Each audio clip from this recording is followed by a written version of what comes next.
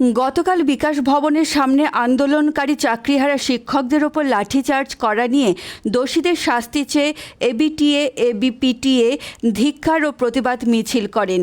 এই মিছিলে সামিল হন চাকরিহারা শিক্ষক সহ স্থায়ী শিক্ষক শিক্ষিকারা, শিক্ষাকর্মী ও বিভিন্ন স্কুলের প্রধান শিক্ষক শিক্ষিকারা।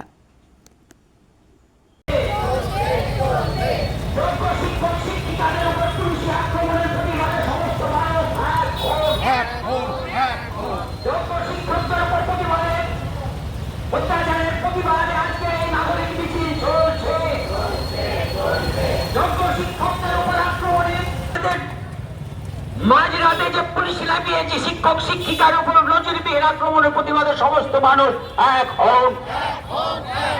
আজকের এই নাগরিক মিছিল পুলিশি অত্যাচারের বিরুদ্ধে চলছে।